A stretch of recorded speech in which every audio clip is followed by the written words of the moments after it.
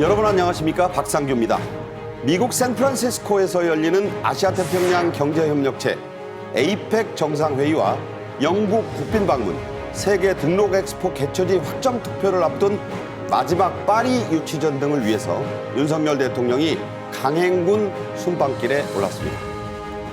이지스 구축함에 탑재되는 SM-6 함대공 미사일과 관련 장비들의 한국 판매를 미국이 잠정 승인했습니다. B-52의 한반도 훈련이 시작됐고 미국의 핵추진 항모인 칼빈스는 곧 부산항으로 들어옵니다.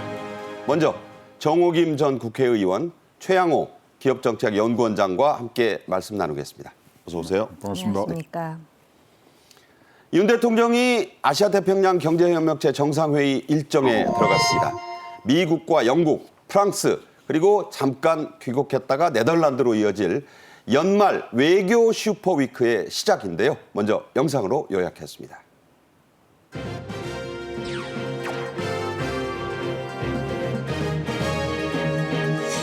이번 에이펙 정상회의 참석은 올해 숨가쁘게 전개된 글로벌 책임 외교의 방점을 찍는 기회가 될 것으로 기대됩니다.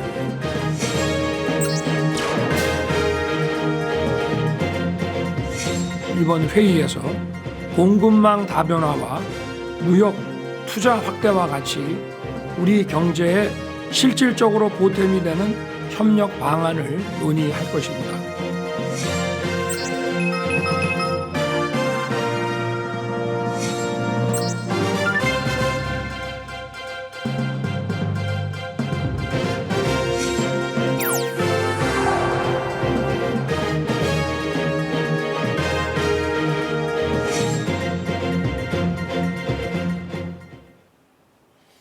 네, 조금 전에 역사적인 미중 정상회담이 있었는데 그 소식은 잠시 후에 전해드리고요. 먼저 윤 대통령과 김건희 여사가 에이펙 회담이 열리는 미국 샌프란시스코에 도착하는 모습부터 보겠습니다.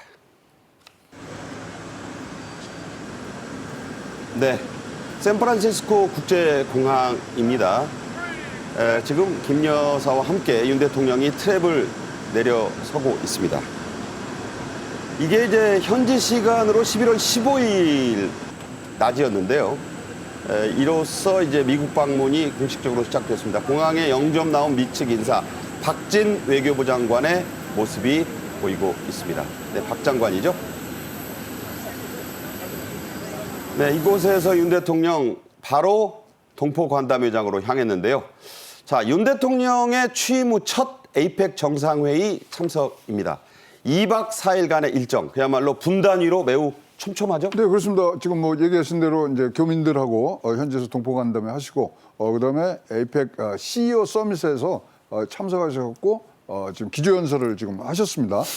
그리고 이제 앞으로 있는 정상회의에서 이제 세션 2개를 이제 소화하시고, 그다음에 IPEF 태평양 인도 태평양 이 경제 협력체에 지금 가서 또 회의를 하는. 그 다음에 지금 이 시간들은 잘 안 나왔습니다만, 한일중, 그 다음에 한중, 이런 것들이 지금 대기를 하고 있는 것들로 지금 예상이 되는데, 그거는 아직 확정된 일정은 아니라고 보고 있습니다. 네. 자, 대체적인 일정은 저렇지만 저 사이사이에 한일 정상회담은 이미 확정된 것으로 발표가 됐고, 한중 정상회담은 열릴지 지금 초미의 관심사로 떠오르고 있는 상황입니다.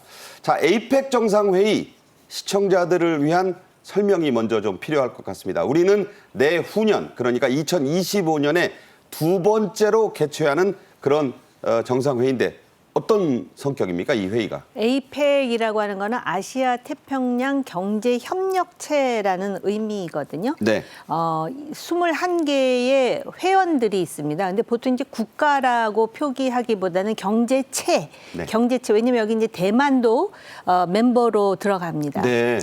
그래서 소위 이제 경제적인 협력이라든지 미래의 발전, 비전, 전략 등에 대해서 아주 자유롭게 의견을 교환하는 그런 회의체라고 보시면 되겠습니다. 매년 11월에 이제 개최가 되고 있고 2025년에 우리나라에서 열리는데요. 두 번째죠, 그때는? 네, 네. 이게 처음 열렸던 것이 93년 클린턴 행정부 때 미국 시애틀에서 네. 그때의 국제적인 화두가 뭐냐면 세계화였습니다. 그렇죠. 그래서 세계화에 반대하는 반세계화 시위가 시애틀에서 엄청나게 열리고 그런 상황에서 이제 에이펙이 출범을 했고요.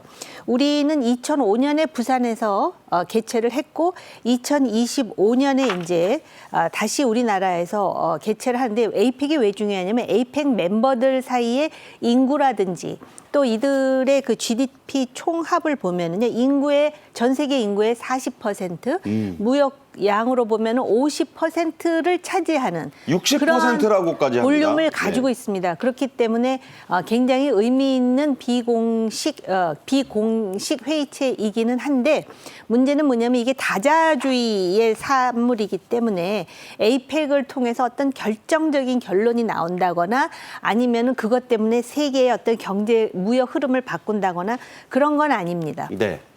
자, 말씀하신 대로 이 비공식 자유 토론하는 그런 경제체답게 그 회의답게 에이펙 정상회의장에는 참가국의 내셔널 플래그, 국기들이 내걸리지가 않습니다.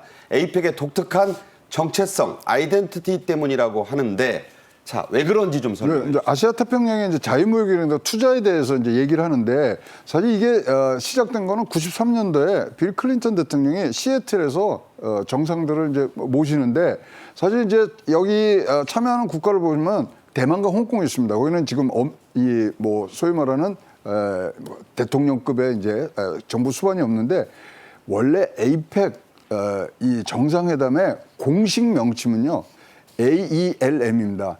에이펙 이코노믹 리더스 미팅입니다. 아, 지도자 회의? 예, 지도자 회의라 그래서 거기에 총리급 이상 그 나라의 경제를 대표할 수 있는 분들이 와서 하는데 사실은 이게 이제 1993년도 빌 클린턴이 이거를 만들 때 뭐였냐면 정상끼리 의제 없이 한번 아주 우리가 진짜로 와 굉장히 뭐 끝까지 가는 끝장 토론 한번 합시다.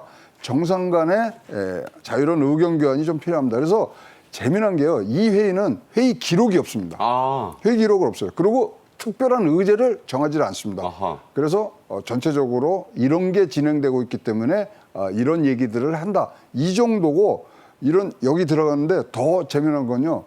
배석자가 없습니다. 아, 배석자도 없다. 예, 배석자가 없이 이 정상이라는 그리고 그 나라를 대표하시는 분들만 딱 들어가서 자유롭게 얘기하는 그러한 회의체라고 보여집니다. 네.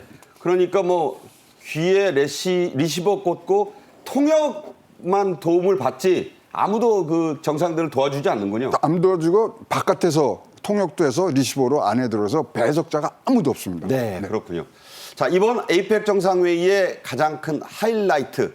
바이든 미국 대통령과 시진핑 중국 국가주석이 1년여 만에 페이스 투 페이스 대면 회담을 갖는 겁니다. 방금 전에 회담이 끝났고 일부 합의 사항들이 속속 주요 외신을 타고 보도되고 있습니다. 먼저 2시간 17분간 회담이 이루어졌다. 가장 먼저 두 나라는 그간 중단이 됐던 끊겼던 군사대화 채널을 복원한다는 데 합의했죠? 네. 군대 군 대화가 필요하다라는 바이든 대통령의 강력한 그 요청에 의해서 지금 그 군사 대화가 이제 재개가 되는 것이고요. 그동안에 바이든 정부가 중국에 대해서 행했던 마치 또 중국을 완전히 해치해가지고 봉쇄할 것 같이 하다가 이러한 해빙의 무드로 돌아선 것에 대해서 우리가 굉장히 주목해야 됩니다. 그런데다가 지금 시진핑과 바이든이 한반도의 완전한 비핵화를 추진하겠다라고 지금 공언을 하고 있어서 한국에서도 상당히 기대를 하고 있는데 이 부분은 좀 우리가 주의해야 될 것이 한반도의 비핵화라고 읽지만 그러니까 denuclearization of the Korean Peninsula라고 있지만 예. 그 해석이 다르다는 것입니다. 아하. 그러니까 미국의 경우에는 이거는 북한 핵을 비핵화하는 것이다라고 생각하는 것이고 중국은 북한이 주장하는 소위 조선반도의 비핵화, 그러니까는 주한미군을 어떻게 할 것이냐까지도 포괄하는 네. 그런 의미이기는 하되 그럼에도 오래간만에 미국과 중국이 만나서 한반도, 특히 북한의 핵 문제에 대해서 관심을 가졌다라는 것은 의미가 있다고 볼 수가 있습니다. 네. 자, 대만 문제에 대해서도 바이든 미국 대통령이 얘기를 했다고 하지만 그 관심사는 저희가 조금 나중에 다루고요. 중국은 펜타닐의 원료를 만드는 화학 회사를 직접 단속하기로 양국이 합의했다는 그런 발표가 나오고 있습니다. 이 펜타닐이라는 게 우리나라에서도 요즘 나오는 거잖아요. 미국에서는 마약성 진통제로 알려져 있어서 골치 아픈 일, 사건이 아주 많습니다. 중국이 앞으로 이 자국 내 공장을 관리하겠다는 거죠? 네, 미국이 아마 요구했을 것 같습니다. 얼마 전에 아마 그 시사 프로그램을 보신 분들은 기억하실지 모르겠는데요. 이건 미국 내에서 펜타닐 중독자들이 굉장히 지금 그 심각한 사회 문제가 되고 있습니다. 네. 특히 그 필라델피아 같은 데서 펜타닐에 중독된 사람들이 막 그 행동이라든지 좀비거리라고 하잖아요. 그렇습니다. 좀비거리라고 할 정도로. 그래서 아마 이것에 대해서 중국과 이야기를 한 것 같고 중국은 펜타닐 원료를 만드는 화학회사를 직접 단속하기로 했다 그러는데 사실은 중국도 마약과 관련해서 굉장히 민감합니다. 거기 사형시키잖아요. 그렇습니다. 왜냐하면 고대 이래로 중국이 패권국이 아니었던 적이 없었는데 아편 전쟁을 계기로 100년 동안 중국이 그 패권에서 물러나가지고 굉장히 치욕스러운 역사의 한 단면을 만들었기 때문에 중국에서도 이 마약 문제는 굉장히 심각한 문제인데 마치도 미국의 요구를 이렇게 하나 받아주는 것처럼 화학회사를 단속하기로 했다라는 것을 내밀어 보임으로써 미국과 중국이 다시 지금 하회 무드로 가고 있다라는 상징적인 그런 그 모습을 보여주는 것인데 참 역설적이지만 제가 볼 때 이 바이든과 시진핑이 다시 이렇게 만나가지고 이런 얘기를 하는 그 기폭제가 된 것은 푸틴이라고 생각을 합니다. 아, 예. 왜냐하면 푸틴이 우크라이나를 공격을 하면서 푸틴이 굉장히 골칫거리가 되는데 미국으로서는 전장을 확대하기는 쉽지 않습니다. 푸틴을 적으로 만들고 시진핑을 적으로 안 되죠. 만들고 네. 그러다 보니까 일단 시진핑과 손을 잡고 또 시진핑은 우리나라 내부에서는 제가 지난주에도 그 말씀을 드렸는데 마치도 북한과 러시아와 중국이 삼각구도로 삼각동맹을 맺을 것이다라는 섣부른 진단을 하시는 분들이 계시는데요. 지정학적으로 중국과 러시아는 가까이 하기에는 너무 먼 당신입니다. 네. 이해관계가 많기 때문에. 중소 분쟁 때부터 사이가 안 좋잖아요. 그렇습니다. 그리고 지금 시진핑은 푸틴이 커지는 것이 두렵고 푸틴으로서는 중국이 커지는 것이 두려운 이런 상황에서 일단 손은 잡았지만 이걸 꽉 잡은 것은 아직까지 아니라는 점도 말씀드립니다. 재미있는 비유를 해주셨네요. 러시아 때문에 중국이 미국 손을 잡았지만 느슨하게 잡았다. 언제든지 놓을 수 있는 상황이다. 일단 해빙이 되고 있습니다. 자, 미중 두 나라는 또 고위급 소통과 실무회담도 다시 하기로 합의했습니다. 앞으로 국방부 실무회담 또 사령관급의 전화통화 등을 재개하기로 했는데 다만 아까 말씀드렸다시피 이 타이완, 대만 문제에 대해서는 양국의 입장이 엇갈렸죠? 네, 대만 이제 지금 내년에 보면요, 대만이 1월달에 선거가 있고 미국이 11월달에 선거가 있습니다. 총통 선거죠. 네, 총통 선거와 이제 대통령 선거가 있는데 지금 중국의 입장은요, 1월 대만 선거에서 대만의 독립을 지지하지 않는다는 입장 표명을 지금 해달라는 게 중국의 지금 요청이고요. 아니 그거는 뭐 우리가 알아서 할 테니까 걱정하지 마십시오가 이제 미국의 지금 상황이기 때문에 계속 이 부분들에 대해서 첨예하게 지금 뭐 부닥쳐 있고요. 사실 이제 올해 보면은 이제 정찰통신 그 풍선권으로 해서 굉장히 사이가 나빠졌거든요. 그랬죠. 네. 그리고 이제 뭐 제재하는데 주거니 받거니 지금 하는 부분들인데 어쨌거나 지금 이 리스킹 이 부분에 대해서 우리가 조금 더 얘기를 하자. 그러는 가운데 나왔던 게 그런 군사 안보적인 그런 내용들은 서로 소통을 하자. 거기에 지금 합의가 된 상황이라고 보여지고 있습니다. 네. 자, 미중 정상회담이 워낙 중요한 회담이기 때문에 이 결과는 계속 나올 겁니다. 저희가 자세히 또 풀어서 전해드리기로 하고 지금부터는 회담에 얽힌 재미난 얘기들을 좀 짚어보겠습니다. 시진핑 주석이요, 32살이었을 때 시골의 당석이, 물론 중국 시골이라면 대단히 큰 데입니다. 하북성, 허베이성의 시골 당석이었을 때 아이오와 하면 유명한 여러분 그 메디슨 카운티 달이 나오는 그곳이 바로 아이오와인데 이게 농촌입니다. 그쪽으로 연수단 끌고 가다가 샌프란시스코에 들른 적이 있었습니다. 그때 샌프란시스코에서 금문교 골든게이트에서 사진을 찍었는데 그야말로 샌프란시스코 세계 최대의 화교 타운이 있지 않습니까? 화교 타운으로 샌프란시스코 하면 차이나 타운으로. 일단 이 사진 설명 좀 드릴게요. 네. 32살에 이천수 씨 닮기도 하고요. 저 사람이 시진핑입니다. 네. 32살 때 1985년 저 때는 중국에서 가면요. 전화위에 당서기 했는데 금문교 앞에서 저렇게 기념사진 찍는 게 유행이었다고 해요. 왜냐하면 저 금문교를 누가 만들었냐면은 미국에 일찍 정착한 중국인들이 노동자로서 만들면서 훌이라 엄청난 희생을 그 감당했던 많이 그 다리가 죽었다고. 바로 바다에 그 다리 만들다가 그래서 저 골든 게이트 브릿지하고 차이나타운은 중국인들에게 많은 그러한 어떤 감흥을 주는 장소이고 저기가 바로 이제 사진 찍는 핫스팟입니다. 제가 사실은 샌프란시스코 밑에 스탠포드에 몇 년 살았기 때문에 저 지역을 좀 아는데요. 잘하시죠? 네.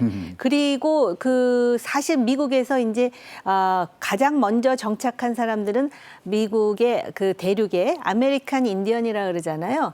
근데 중국인들 사이에서는 그들보다 차이니즈가 먼저 들어왔다라는 얘기를 할 정도로 네. 그 미 대륙의 특히 서부의 샌프란시스코의 차이나타운은 역사와 유서가 굉장히 깊어요. 근데 32살에 저 찍은 사진을 미국이 이것을 이제 찾아가지고 저렇게 공개를 하는 거는 아까 최 박사님 말씀하신 디커플링은 더 이상 아니다라고 이제 바이든이 천명했잖아요. 네.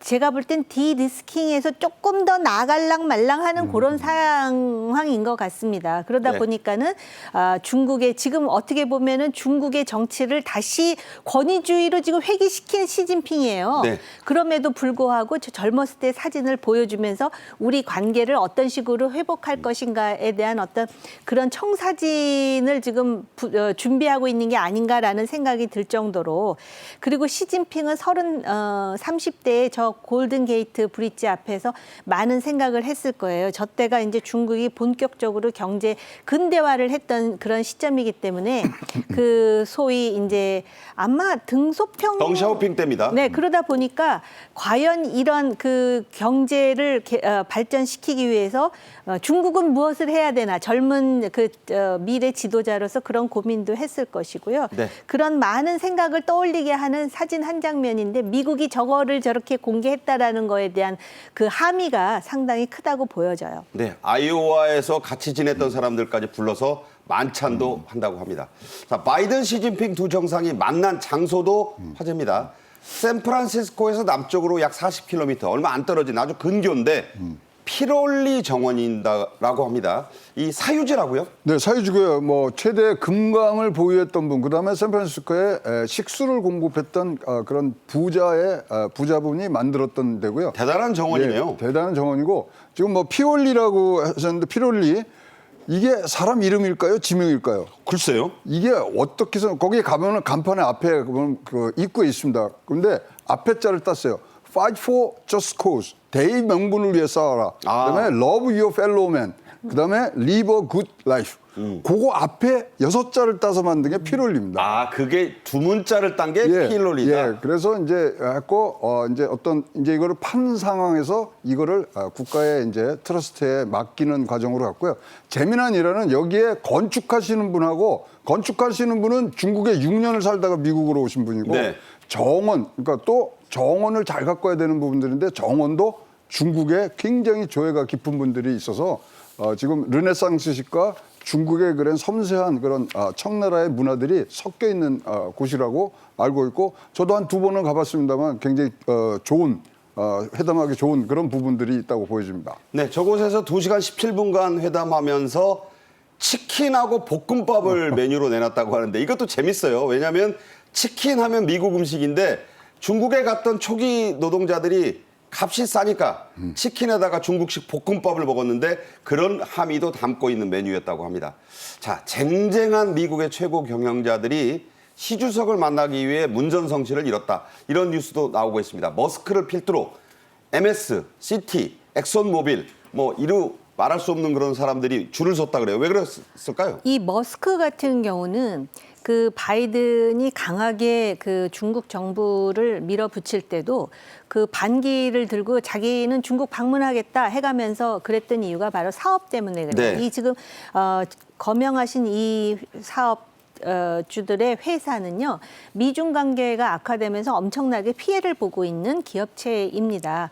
그러다 보니까 미중 관계가 개선되면은 그 자신들의 어떤 손해본 사업을 원상 회복시켜야 된다라는 필요도 있고, 중국 같은 경우는 뭐 다양한 다원주의 체제가 아니기 때문에 시진핑으로부터 오케이 사인을 받으면 일사천리로 문제가 해결될 수 있다라는 기대감도 있겠죠. 이게 어떻게 보면은 미국이 소위 뭐 공급망을 중국 빼고 구축한다든지 또는 뭐 반도체 관련해서 중국을 소외시킨다든지 이게 잘 안 되는 이유기도 해요. 왜냐하면은 이제는 경제에 있어서 중국을 빼놓을 수가 없습니다. 네. 엄청난 시장을 공급할 뿐만 아니라 중요한 투자처이거든요. 네. 그러다 보니까 기업체가 먼저 쫓아가가지고 지금 문전성시를 이루면서 줄을 서 있는 것이 아닌가 생각됩니다. 네. 자, 윤 대통령은 에이펙 출국에 앞서 국무회의에서 이번 정상회의에 참석하는 목적을 이렇게 밝혔습니다. 직접 들어보시죠. 이번 에이펙 정상회의는 세계의 지정학적 불안전성과 지경학적 변동이 교차하는 글로벌 복합 위기 속에서 열립니다. 저는 세계 GDP의 60% 이상을 차지하는 회원국의 정상들이 한데 모이는 이번 회의에서 공급망 다변화와 무역 투자 확대와 같이 우리 경제에 실질적으로 보탬이 되는 협력 방안을 논의할 것입니다. 윤 대통령은 미국이 주도하는 경제협의체가 있죠. 인도태평양 경제 프레임워크, IPEF라고 합니다. 이 정상회의에도 참석을 할 예정입니다. 자, 이 회의 왜 중요한 거, 어떤 회의인가요? 이거는 완전히 그 대중 압력을 목적으로 해서 만들어낸 부분들이고요. 반중 경제협의체다. 예, 그렇습니다. 그러다음에 이제 뭐 일단은 표명한 게 무역이 가장 자유무역이 중요하기 때문에 태평양 아시아 태평양 지역의 무역 질서 개편한다든가 그다음에 지금 뭐 계속 나오는 디지털상 거래 그다음에 서플라이 체인 부분 그다음에 인프라 세금 뭐 이런 것들을 지금 하는데 지금 13개국이 지금 참여가 돼 있고요. 5월 23일자로 이것이 1차 협의가 끝나서 지금 4차까지 가야 되는 부분들이 있습니다만은 지금 모양들을 계속 갖춰 나가고 있는데 뭐 이거는 목표가 딱 한 개입니다. 중국의 1대1로를 어떻게 막아내는 아시아 태평양 협력체로 거듭날 것인가 이 부분이기 때문에 이 부분은 계속적으로 한 축을 이뤄가면서 아시아 태평양 사이에 어떤 패권 전쟁의 어떤 상징물처럼 계속 운영이 될 것으로 보여집니다. 그러니까 재밌네요. 에이펙에 참석해서 자유 토론하면서 지금 네. 방금 미중 정상회의에서 느슨하게나마 중국 손 그렇죠. 잡았는데 반중 경제협의체 회의를 또 하는 거예요. 네. 참 그 영원한 적도 없고 네. 우방도 네, 없다. 없습니다. 경제 전쟁입니다. 자, 윤 대통령은 에이펙 출국 전에 미국의 세계적 통신사죠 AP와 서면으로 인터뷰했습니다. 자, 이 내용 중에 중요한 내용 보겠습니다. 러시아와 북한 간의 불법 무기 거래에 대해서 강력히 항의하고 국제적 대응을 촉구하고 있는 그런 내용이 들어있는데요. 자, 에이펙 정상회의에서는 이 문제, 북러 군사협력 심각한 위협으로 보고 국제적 대응에 대해 논의할 거라고 했습니다. 정 의원님, 이 의미는 어떻게 볼 수 있나요? 그만큼 우리로서는 지금 러시아와 북한 간의 무기 거래가 굉장히 심각한 사안이라는 거죠. 북한의 뭐 군사 정찰 미사일 문제도 그렇고요. 그다음에 실제로 지금 북한이 러시아의 우크라 전쟁이라든지 심지어는 중동의 그 테러리스트 집단에 대해서도 불법적으로 무기 거래를 하고 있는 것이 아닌가. 특히 러시아의 무기 거래하는 거는 이미 지금 이제 공개가 된 것이고요. 공식적으로. 네. 바로 이제 그러한 것이 우리의 문제일 뿐만 아니라 국제사회에도 상당한 파장을 준다라는 점에서 에이펙이라는 것이 미래 비전과 경제 협력을 비공식적으로 이야기하는 대화의 장이긴 하나 이런 문제를 다시 한번 환기시킨다는 점에서 아마 에이펙 회의에서 한다라는 것이고요. 바로 이런 문제 때문에 미국과 중국이 이제 그 만난 거 아니겠습니까? 그래서 한 가지 좀 첨언을 하자면은 이번 에이펙에서 중국과 한국 정상 간의 회동이라도 하나라도 있으면 이거는 굉장히 큰 진전이다. 그렇죠. 그리고 또 한 가지 늘 강조했지만 중국이라는 나라는 미국과의 관계가 어떠하든 간에 우리와의 전략적 관계라는 것이 있기 때문에 미국이 중국을 소외시하고 디커플링한다 그래서 우리가 먼저 앞장서서 첫 줄에 서 있지는 말아야 된다라는 교훈이 이번에도 지금 보여지는 것이다라고 생각합니다. 너무 이 G2 싸움에 극단에 서서는 안 된다. 이런 그렇습니다. 말씀으로 이해가 됩니다. 자, 일본의 교도통신이 이런 보도했습니다. 한일 정상회담이 16일 현지 시간입니다. 샌프란시스코에서 열린다고 했는데요. 2달 만에 한일 정상 대면입니다. 두 정상인 17일 미국 스탠퍼드대 좌담회에도 나란히 참석하고 연설도 각각 할 예정입니다. 자, 이러한 행보는 어떤 의미가 있을까요? 올해만 해도 7번째 만나는 겁니다. 근데 요번에 주제가 뭐냐면요. 차세대의 기술자들을 어떻게 협력해서 우리가 육성할 것인가이기 때문에 이제 뭐 과거사에 대한 부분보다는 미래를 어떻게 우리가 같이 열어나가느냐에 대해서 분명히 얘기가 나올 것 같고요. 그다음에 이제 이런 것들이 지금 계속 되는 과정에서는 한일 중 이 회담에 대한 또 가능성도 굉장히 높아지기 때문에 굉장히 지금 관심이 갈 수 있는 한일 간의 정상회담이 될 것으로 보여집니다. 네. 자, 또 중요한 것. 과연 이 에이펙 회의 기간 중에 한중 정상회담이 이루어질 건가 하는 것입니다. 지금 대통령실에서는 매우 신중하게 이 문제를 끝까지 지켜봐 달라는 입장입니다. 뭔가 정리가 된 건지 아직 최종 조율 중인지 굉장히 조심스럽게 접근하고 있다는 얘기인데요. 자, 어떻게 이 부분을 봐야 될까요? 얼마 전에 한덕수 총리가 그 중국에서 그 시진핑 주석을 만나지 않았었습니까? 제 네. 기억이 정확하다면. 아, 그 항저우 아시안 게임 때 가가지고 그렇습니다. 봤는데. 그래서 한중 관계를 지금 이제 본격적으로 좀 더 부드럽게 한중 관계가 아주 극도로 나빴던 상황은 아니었기 때문에요. 단지 미중 관계가 상당히 이제 그 틀어지다 보니까 우리가 좀 그런 그 곤란한 입장에 있었던 건 사실인데요. 신중하게 지켜봐 달라고 이야기했다라는 것은 한국의 대통령실과 정부에서 지금 한중 정상회동을 위해서 열심히 노력하고 있다로 지금 해석이 되고요. 만약에 그렇다면 어떤 의제로 할 것인가? 역시 북한 핵 문제라든지 네. 또 한중 간의 그 여러 가지 그 무역 상호 의존과 관련한 그런 쟁점들이 있을 것이고요. 그다음에 물론 굉장히 예민한 문제인데 말입니다. 최근에 북한의 그 탈북민들이 중국에서 강제 북송돼 가지고 이게 이슈가 됐는데요. 그랬죠. 이거는 사실은 인도적 차원에서 과연 한국 정부에서 이것을 그 한중 간의 관계 때문에 지금 말을 안 꺼내는 것이 맞는 것인지 아니면은 어차피 회동이고 당장 해결해 달라라는 문제가 아니고 이것이 국제적인 인도주의, 보편적 가치와 관련된 문제라면은 그래도 이것을 의제로 한번 던지는 것이 맞는지에 대한 고민이 지금 있을 것이라고 생각이 듭니다. 네. 이 회담이 만약 이루어진다면 가장 중요한 주제는 시주석에 가까운 시일 내에 한국 방문이 될 텐데 만약 이루어지면 부산에서 볼 수도 있다. 이건 무슨 얘기인가요? 이제 부산에 이제 우리 11월 28일 날 이제 에이펙이 파리, 파리에서 총회죠? 저 엑스포가 이제 나오고 거기서 지금 진행될 수 있는 부분들이 굉장히 많거든요. 근데 저는 이번에 방한회하고 이 우리 양국 간의 정상회담에 대해서 긍정적으로 보는 게요.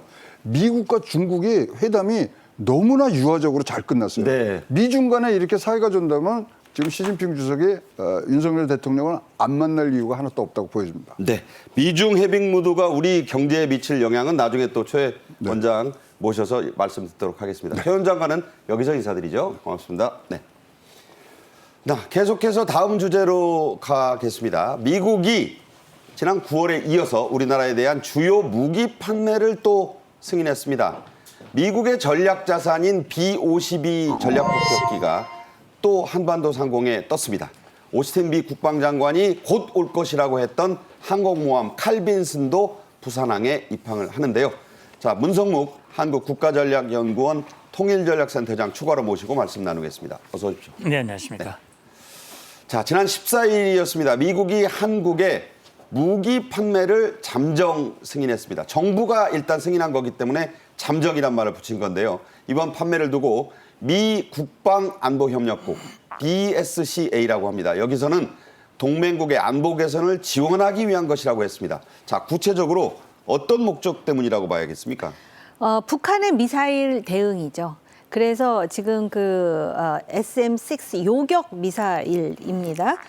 그리고 이제 미국에서는 인태 지역의 정치적 안정, 경제 발전을 돕는 주요 동맹 안보 개선이다. 그러니까 앞에 그 수식어가 중요한 게 아니라 뒷부분 동맹 안보를 개선한다라는 점에서 그러나 이것 자체가 이 지역의 균형을 완전히 깨는 것은 아니다라고 또 그 주변국을 의식하는 한마디를 이제 덧붙였습니다. 미국의 이 요격 미사일을 들여옴으로써 북한의 어떤 그런 미사일에 대한 탄도 미사일에 대한 방어 능력을 개선할 뿐만 아니라 한국의 어떤 그 미사일 뭐라 그럴까요? 그 개발과 관련해서 또 한미 동맹의 틀 속에서 소위 인터오퍼러빌리티라고 그러죠. 상호 운영성을 좀 더 개선한다라는 그런 취지라고 보겠습니다. 네. 자, 이번에 미국이 잠정적으로 판매를 승인한 무기 바로 SM-6라 불리는 함대공. 이 이지스 구축함에서 하늘을 향해 쏘는 그런 미사일입니다. 자, 이지스 구축함 전용이라고 하는데 재원과 능력이 어떻게 되나요? 예, 지금 뭐 화면에서 보시다시피 이 SM-6는 함대경 요격 미사일입니다.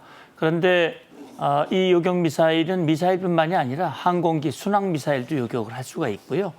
여기 보시면은 중량이 1,500kg, 1.5톤이죠. 그리고 속도를 보시면 마 3.5입니다. 네. 음속에 3.5배거든요. 엄청 빠르네요. 사거리가 400km입니다. 요격 고도가 35km니까 사드보다는 좀 낮아요. 네. 패트리엇보다는 조금 높고요. 그렇기 때문에 SM-6는 말씀하신 대로 바다의 패트리엇이라고 불립니다. 바다의 패트리엇. 바다의 패트리엇 요공 미사일이고 이게 이제 2025년에 우리 차세대 이지스 구축함이 나오는데 거기에 장착이 될 예정입니다. 네. 차세대 이지스 구축함에 실을 이런 함대공 미사일이 최대 38기를 사겠다고 지금 미국에 요청을 했는데 이게 승인이 됐습니다. 구매 총액이 무려 우리 돈 8,500억 원이나 되네요. 요즘 논란이 많은 미국 의회를 통과할 전망도 밝다고요? 저는 이거를 좀 다른 관점에서 보려고 그러는데요. 미국에서 무기를 파는 건데 미국 의회나 또는 지금 이 무기 판매 회사가 로키드 마틴 아닙니까? 그렇죠. 그럼 로키드 마틴이 제가 정확하게 기억하고 있다면 아마 메릴랜드주에 있을 거예요, 본사가.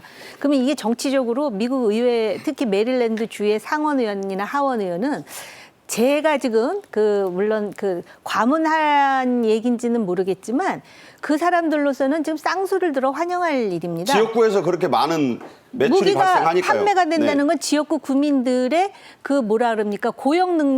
고용을 창출하는 일이거든요. 그리고 그 주지사라든지 또는 의회에서 이런 걸 가지고 그 중요한 그런 어떤 세일즈 외교로서 또 자신들의 그 점수를 하나씩 추가한다는 차원에서 미국에서도 단지 이게 이제 언제 들어오냐 좀 신속하게 들어오는 게 좋을 것 같고요.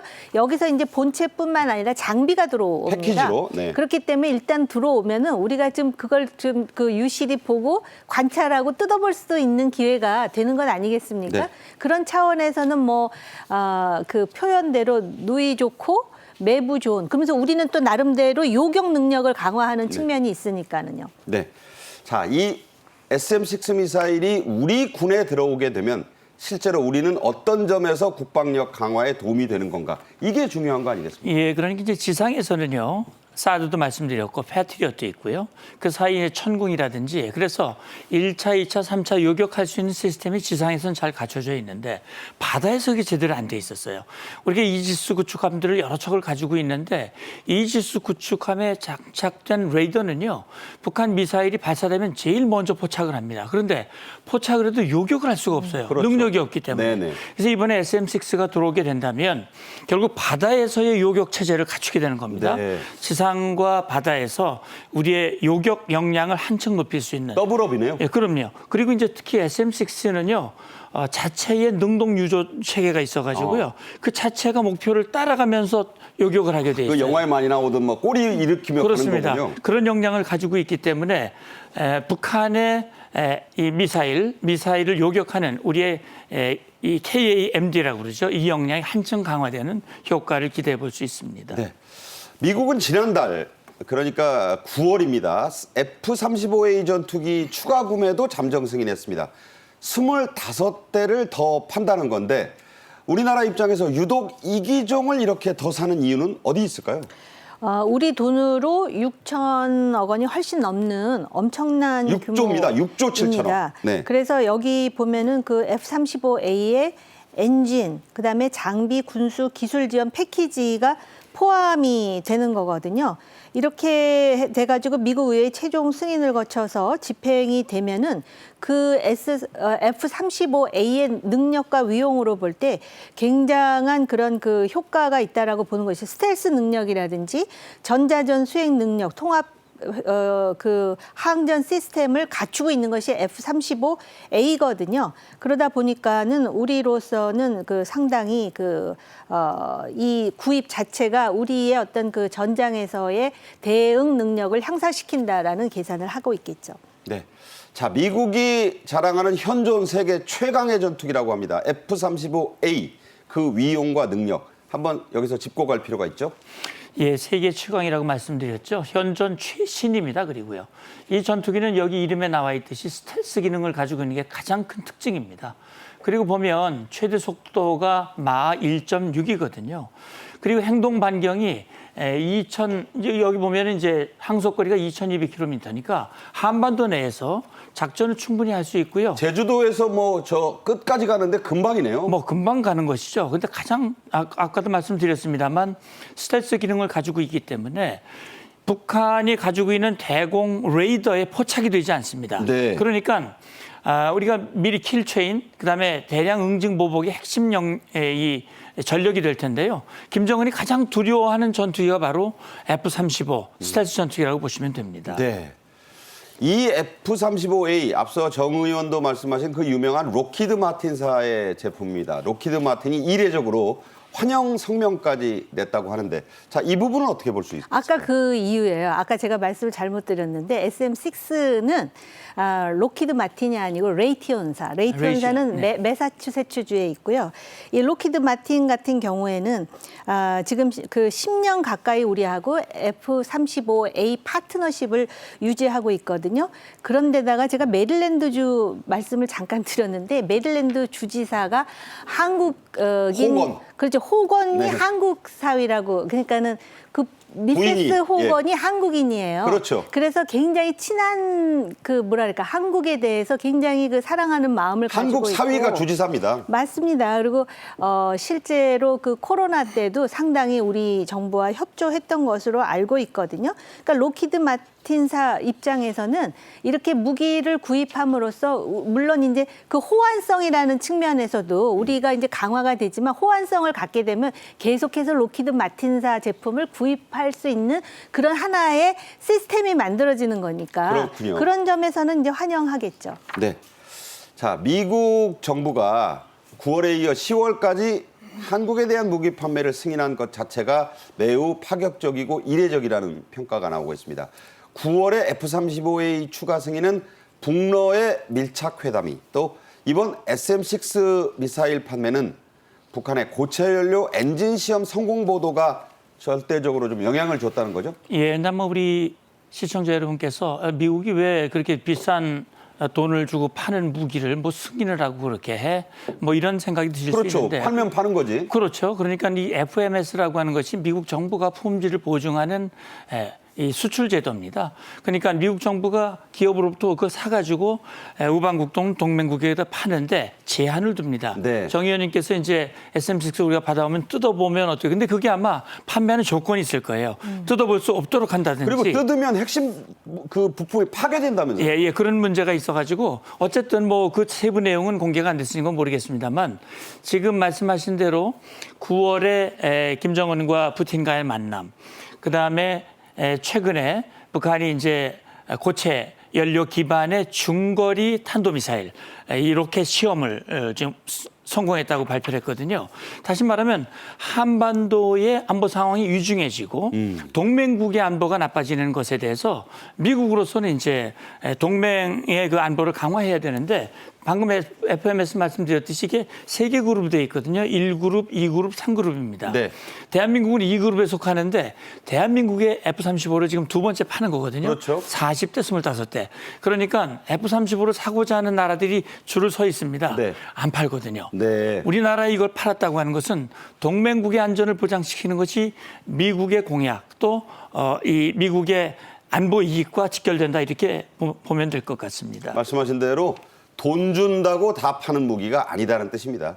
한편 한미연합훈련이 14일부터 16일까지 진행 중입니다. 지금도 진행 중일지 모릅니다. 우리 공군은 15일 미국의 B-52 폭격기와 연합훈련을 했는데요. 이 B-52가 한반도 상공에 전개된 게 올해만 벌써 12번째입니다. 한 달에 한 번이 좀 넘는 거잖아요. 네, 지금 14일에서 16일까지 우리나라 동해 상공에서 육해공 연합 합동 훈련을 실시했습니다. 그런데 지금 한 달에 한 번씩 전개가 된다라는 것은 그만큼 한미가 공중 훈련을 집중적으로 진행한다라는 의미이고 또 그것은 북한의 위협에 대해서 좌시하지 않겠다는 의지의 표출임과 동시에 지금 상황이 우리가 지금 너무나 많은 국내 외적인 그런 쟁점들 때문에 매몰되어 있으나 지금 한반도의 안보 상황이라는 것은 여전히 긴장할 수밖에 없는 상황이다라는 것을 또 보여주는 측면입니다. 그렇기 때문에 한미 동맹이 얼마나 굳건한지를 B-52-2의 그러니까 B-52의 전개로서 지금 보여주는 측면이 매우 강하다라고 생각을 합니다. 네. 자, 이 B-52와의 합동훈련 대체 어떻게 하는 거냐 이런 궁금증 있으실 텐데 이 훈련의 그 구성 내용은 어떻게 됩니까? 예, 그러니까 B-52 2대가 이제 한반도 상공으로 진입을 하면 한국의 전투기 F-35, F-15, 그다음에 미국의 전투기가 나란히 호위를 합니다. 왜냐하면 전략 폭격기가 그냥 단독으로 출격을 할 수는 없거든요. 네. 이런 호위를 한다고 하는 것은 연합작전뿐만 아니라 상호 운용성 이런 것들을 높여주는 그런 이제 의미가 있고 특히 지금 정 의원님 말씀하셨습니다만 북한의 핵미사일 위협이 고도화되면서 미국이 한국에 제공한 확장 억제의 신뢰성과 실효성을 높여야 되겠다. 네. 그래서 워싱턴 선언이 지난 4월에 합의가 됐고요. 그래서 여기에 따라서 미국이 한국에 전개하는 전략 자산의 상시적 가시성 이런 것들을 높이기 위한 차원에서 12번 왔다고 하면 한 달에 한 번이거든요. 네, 그렇죠. 예, 이것은 결국 북한에 대한 강력한 억제와 응징 의지를 한미가 분명히 보여줬다. 이렇게 보시면 됩니다. 네. 이 B-52 서울 아덱스에서도 공개가 됐었습니다. 당시에 그 모습 소개하는 멘트 한번 직접 들어보시죠. 여러분, B-52가 행사장으로 진입하고 있습니다. Ladies and gentlemen, the B-52 Stratos Fortress is approaching. 하늘을 요새라 불리는 B-52는 한미 동맹의 압도적인 능력과 행동으로 이행하는 힘에 의한 평화를 상징합니다. 네, 하늘을 나는 요새다. 뭐 이런 지금 소개가 있었는데 김정은이 밤잠을 못 이루게 하는 무기다. 이런 얘기도 나와요. 예, 그렇습니다. B-52가 이렇게 전개하는 모습을 보였습니다만 실제 최초로 우리 이 지상에 착륙을 하기도 했습니다. 지난 10월 달에. 근데 B-52는 북한이 정말 두려워하는 그런 무기인데 하늘을 나는 요새라고 얘기하는 것은 무장 능력이 최대 27톤인데 핵무장, 다시 말해 핵폭탄을 투여할 수 있는 능력을 가지고 있는 전략 폭격기가 바로 B-52입니다. 그러니까 저기서 최신의 핵무기가 떨어진다는 거죠. 떨어지는 겁니다. 네. 그렇기 때문에 사실 이 항속거리가 16,000km예요. 네. 지구를 그냥 횡단할 수 있는 그런 항속거리고요. 속도도 굉장히 빠릅니다. 네. 1,000km가 넘거든요. 보시는 대로. 그렇기 때문에 빠른 속도로 핵무기를 평양에 투하할 수 있다. 바이든 또 미 오스틴 장관이 얘기했듯이 북한이 동맹국 한국을 향해서 핵무기를 사용하면 북한 정권이 존재하는 시나리오는 없다. 이걸 행동으로 보여주는 것이 바로 B-52다. 이렇게 보시면 됩니다. 네. 얼마 전에 오스틴 미 국방장관이 우리나라에 와서 곧 항모가 또 온다 이런 얘기를 했어요. 그게 바로 칼빈슨인 것 같습니다. 미국이 칼빈슨을 부산으로 곧 보낼 예정입니다. 미국이 중동 지역에 2대, 인도태평양 지역에 2대씩의 항공모함 전단을 보냈는데 전략적 비중을 같이 본다는 얘기겠죠? 그렇습니다. 일단 그 전략 자산을 계속해서 전개하겠다. 아까 우리가 B52H에 대해서도 얘기를 했지만 칼빈슨 함도 마찬가지입니다. 그러고 지금 부산항에 입항 예정되어 있습니다. 21일 전후로 해서 온다 그러는데요.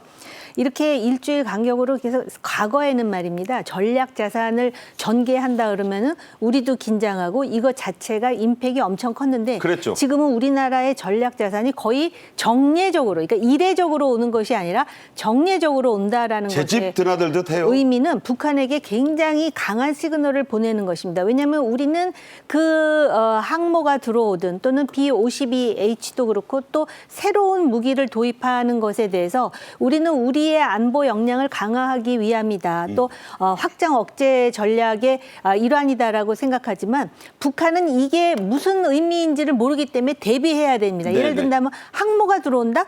혹시 우리에 대해서 그럼 먼저 선제 공격을 뭐 이런 식의 다양한 시나리오에 대해서 대비한다라는 거는 북한에게 엄청난 비용을 치르게 만드는 것이기 네. 때문에 계속해서 그 북한의 어떤 권력자들을 거의 경기할 수준으로 지금 그 압박을 가하고 있다 이렇게 말씀을 드릴 수 있을 것 같습니다. 그러니까 김정은이 안심을 못하고 고심을 한다는 것 자체, 스트레스를 준다는 것 자체, 대비책을 마련한다는 것 자체도 하나의 이 전개의 목적 가운데 하나가 될 수 있다. 이런 얘기가 됩니다.